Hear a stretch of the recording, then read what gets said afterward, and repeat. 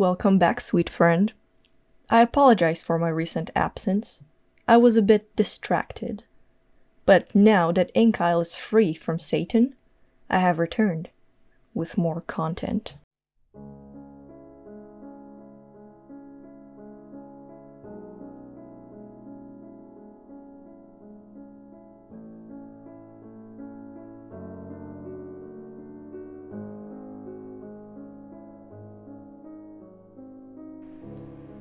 I'd like to start this video with a little story that I personally find a little amusing. So from grade 7 to 9, I attended a really cool middle school that also offered semi-professional classes in the arts. There was the dancing class and theater and music, and I of course attended the visual arts class. My class was the biggest for some reason, probably because a lot of kids like to draw. And one of the lessons we had is art history.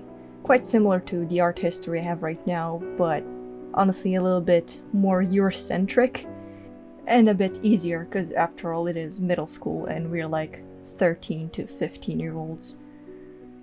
Anyway, we in that class kinda went through the eras, starting from prehistoric art, Egyptian, Greek, going through that really neat timeline. And then, after we reviewed the Middle Ages, we got to the Gothic era.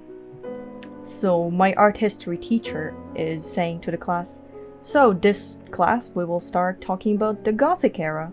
And I swear, half of the kids in that class just turned around and stared at me for a second. Wanna know why? Well, because I was known as the baby bat back then. I was really getting into the goth subculture and other alternative subcultures. And a little ashamed to admit, but at the time my interest was very superficial. It was mostly, the aesthetic. I didn't really dive deep into the music or the cultural background of all of it. But I mean, now I know a little bit more. And I can't call myself goth, I'm more of a metalhead. But I still have this really deep appreciation to this subculture.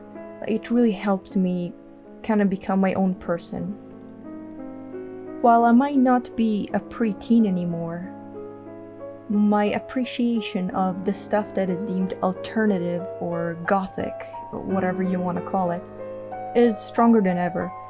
And that's what I'm gonna talk about in this video, the goth stuff. I know, wow, what a surprise. A girl who calls herself Fairy in Black online is into dark stuff. Oh, who would have thought? My first few years as an alternative person have been quite embarrassing, to be honest. And I think almost everyone who has been through that phase is just as embarrassed of themselves in the beginning. Because that's when you kind of figure out how to express yourself in the best way. And some of it often is a bit cringy. You have to be cringy before you become cool. I guess, at least that's what the scene music taught me. It was really cringy in the beginning, but now a lot of modern musicians use the same style of screaming with clean vocals in the same song. You have to be cringy before you become cool. Also, I had school uniform at the time, and it wasn't really strict, but yet it had limitations, and just kind of trying to manipulate the rules and working around a school uniform made it really awkward. And also, of course, don't forget I was 13 to 15. I was not a charming person. I'm still not, but back then I was even worse, and my appearance included. Later, when I moved to Canada and went to high school and finally got my freedom, I went completely crazy. My clothes were really crazy. I had colorful hair, and I really expressed myself any way I could. And that's why I had no friends. Because, and I am not lying here, a lot of my classmates were terrified of talking to me. But again, I grew up a little more, got a little older, and I finally learned to find the balance between being this dark, weird person and my actual personality that, I mean, it's weird, but it's not dark. And that was quite a journey. It takes a lot. And I'm thankful that my family was okay with that, because it would have been so much harder if I didn't have, like, my parents' support. They were really nice about it. Like, my mom, she told me she just thought if she lets me do it, I'll grow out of the phase. Well, there's still hope. There's still. But right now, I'm not planning to grow out of it. I just want to grow closer in. We'll see. We'll see in a few years. A few months back, I was introduced to the game Binding of Isaac. Now, I will not get too much into what the game is and how it works, because that's a long story. But the important detail about this game is that it's full of Christian references and references to other religions.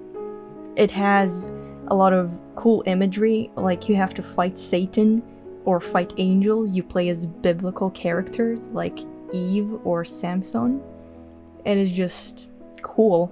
The illustrations are kind of childish, but also gross at the same time, and just creates this really bizarre experience.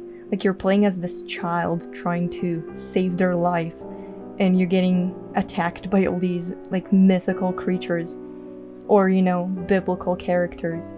There are a lot of items that are somehow tied to religion, like you use runes or tarot cards. In general, it's just a really cool game. Not only the gameplay itself, but also like the way it looks and all the references in it.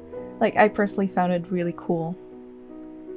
And one thing about this game is that it has these transition screens with a really simple sketch of some bizarre creature like an angel with horns or Satan. And these images, like as simple as they are, they kind of really inspired me. I was kind of thinking about that imagery, and I guess that's when the idea of this painting came to me. Like this angel with their face covered. The crown came way later. Like the first sketches, it didn't have the crown. Hell, it took me so long to add the stained glass. I had no idea how to make the background interesting.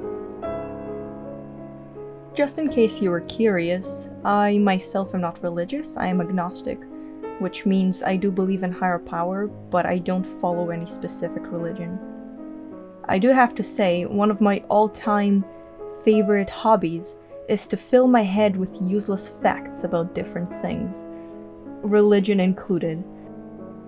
My agnostic nature actually created an obstacle with my interest in alternative subcultures, because it is pretty common, especially for goth people, to put crosses in their jewelry or in their clothes, and I personally am really uncomfortable with like any religious imagery on myself. Like, I like it when it's in a video game or a book or a piece of art, but when it comes to my own self-expression, I leave religion out of it. And like pretty early on, I was avoiding crosses like the plague. Like if I'm buying jewelry or buying clothes, I'd make sure there's no religious symbolism on it. Or if I like got a second-hand piece, I would remove the cross from it. Like, I was really uncomfortable with that. Another source of inspiration for this painting is a song, Lacrimosa by Mozart. I even wanted to be the background song for this video, but I couldn't find it in the YouTube library. So instead we have something else. Anyway, I was in the choir when I was in high school, and honestly that's the only thing I miss about high school. Like, I had so much fun. And one of the things that our teacher wanted us to perform was Latin songs. And these were my favorite. Like, Latin songs are so awesome. And that's how I got to hear Lacrimosa for the first time. And it was my favorite song. Like, I was in choir for 2 years out of my 3 in high school, and it's still my favorite. Our choir teacher really insisted that we learn and perform a wide variety of songs. So we had the Latin songs that I talked about, we had some pop, we learned Katy Perry and everyone hated that. We had some, like, honestly one of my favorite was a gospel song. And there was that one Russian song, Korobushka. My parents were really happy to see us performing that one because, according to them, seeing a bunch of English-speaking kids trying to pronounce Russian is really amusing. Yeah, so that was, like, I loved that class. Like, I'd go back just for that. I'll do high school again just for choir. Right now, like, there's no university in person, and, like, I don't know if there's choir in university. It's a bit disappointing. But that's fine. It's, like, one of these experiences that I hold really dear to my heart. So that's where the main idea come from. Binding of Isaac, Lacrimosa. And of course this thing needs wings just to satisfy my light obsession with angels. I wanted this painting to have kind of a limited color palette, like mostly shades of gray and red, but I still wanted stained glass, which usually is really colorful. So what I did is just kind of a circle of red and put some salt on it to give it texture. It didn't work out the way I wanted it to, but that's okay. One of the things I like about watercolors is that you have no idea how it'll actually turn out. At least for me. Maybe I'm just doing it wrong. But yeah, it's kind of a risky material, and it's part of the fun of it, in my opinion. The stained glass I used for reference is the one in St. Vitas Cathedral in Prague, Czech Republic, and I actually been to that cathedral. So I went to Prague 5 years ago. I think it was 2015. Yeah, about 5 years ago. And God, I had a blast. That was such a good vacation. Prague is probably my favorite parts of the world. For now, maybe I'll go somewhere else and I'll fall in love with that place. But yeah, the city is full of really old castles and Gothic cathedrals. And it's so beautiful.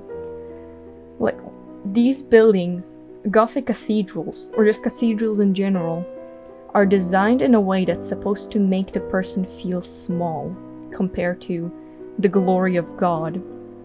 And I swear it works, it really does. Like, stepping into one of these cathedrals felt to me like stepping into another world. Because it's so beautiful. Like, there's all these paintings and all the gold around. Like, God, these churches are beautiful. Like, if you ever have the chance to go to Prague, please do. Because you will not regret it. I actually heard that Prague was really badly damaged during World War II, and I gotta say, I praise these people for restoring their city so well. Like, it's magnificent. Now you know what inspired me to make this specific painting, and also just in general things that inspire my art. By the way, do you remember that I mentioned an angel obsession? So that's a thing that started probably around the time when I started getting into goth stuff and music, alternative music, like about my early teens, and it never went away. Like, it never did. If you look at my older work, something that you probably will never see, hopefully, because that's embarrassing, all of it is angels. Like, I never ever diversified anything that I do. Because I was obsessed. I was really, angels. Only angels.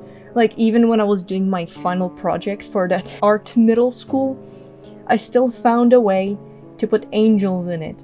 Like, I was that obsessed. Well, I guess I still am.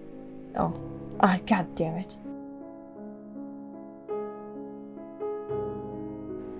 I'd like to take a moment and mention 2 online creators that really helped me with my journey of discovering myself and discovering, like, my subculture, I guess. And that will be Angela Benedict and It's Black Friday. I will link their YouTube channels down below. Angela Benedict, she actually makes videos with the purpose to educate people who might have interest in the goth subculture. She's kind of the 90s goths. She has been there when the clubs were a thing. And she has a lot of really good things to say, in my opinion. She might seem a bit not really accepting at times, gotta admit that, but I still think she's really sweet and really smart, and yeah, definitely check her out. The second creator, It's Black Friday, is a little more humoristic in my opinion and more chill. she makes a lot of vlog content or transforming itself into XYZ. Like, she transformed herself into Kylie Jenner once, or an e-girl, and that was quite amusing. And she's just kind of really breaks the stereotype that goths are always dramatic and sad and want to cut themselves. She's really not. She's super sweet, and her channel is really wholesome. Like, I swear, one of the most wholesome things on the internet. And I will link her channel down below in the description, and you should definitely check her out. Yeah, I just realized that I moved away from the main topic of this video, which is, hey, painting. I didn't tell you what it's titled, so the title is Faceless. At first it was like, had some bizarre name like The Coal Tour. Oh, yeah, never mind. But yeah, it's just Faceless. And fun fact, the person who is in the reference photo for it is a friend of mine. So I just dragged him, told him, hey, you're gonna help me with doing something weird. And put a put a fabric over his head and took some pictures. And he actually really liked it. He really liked the result. I personally am a bit disappointed with the way it turned out in the end. Because, well, I highly overestimated my own ability to predict what a painting will look like. Like, in my head it was so much better. Some colors weren't as vibrant as I wanted them to, and some details were really hard to create, like the wing details. Unfortunately, colored pencils aren't nearly as accurate and easy to use for me as just regular pencils. But yeah, that's some of the issues I had. What did turn out really well is a coloring sheet I did of this painting, and it is right now available on my Patreon page for free. It's public. What also you can find there is some exclusive content, mostly like behind the scenes or how I do stuff that I usually don't show here or on Instagram. For example, editing my photos. And if you're interested in that, please check it out. I'll be really happy to see you there. I think it's also a great moment to remind you that I have an Etsy shop. And I recently added there a jewelry section, and you can find there a bunch of really cute necklaces that I made myself, and also art prints. This one is not there yet, because I haven't decided if I want to make prints of this painting. But honestly, if I see that people want to, I'll definitely add it to the store as well. You can find there some older art, some landscapes, and my last year's big project of a bunch of LGBT flags. And actually right now, before Christmas is over, there's a sale of 15% off. So if you're interested in that, check it out. Link will be in the description. I've been a bit inactive lately, and I'm sorry about that. I said, like, I made the joke earlier about playing Cuphead this entire time, but that's not true. In reality, just classes and the lockdown and everything around is really straining my mental health. And I guess it was about time. Like, everything was fine in the beginning, but now I just feel completely unmotivated, and like I don't even want to get out of bed, let alone paint or make videos. I'm at this stage of the semester when I have to work on a bunch of big projects and get ready for exams. But once I'm done with that, I think things will be better. So please be patient with me. Please. Thank you for watching, and thank you for your support. Goodbye.